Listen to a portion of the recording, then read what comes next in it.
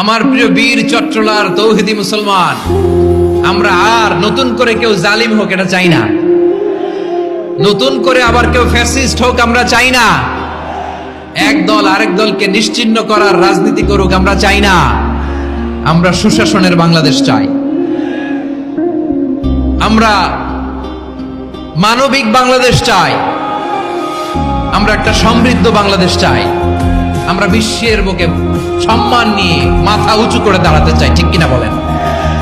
আল্লাহ বললেন, এটা যদি তোমরা চাও, একটা সমৃদ্ধ সমাজ যদি বিনির্মাণ করতে চাও, মানবিক সমাজ যদি বিনির্মাণ করতে চাও, আমি তোমাদেরকে সেজন্য প্রথমে আদালতের নির্দেশ দিলাম। ইন্নাল্লাহা ইয়া'মুরু বিল আদল, নিশ্চয় আল্লাহ তাআলা তোমাদেরকে ন্যায় বিচার সুশাসন এটার আদেশ দেন। সুবহানাল্লাহ।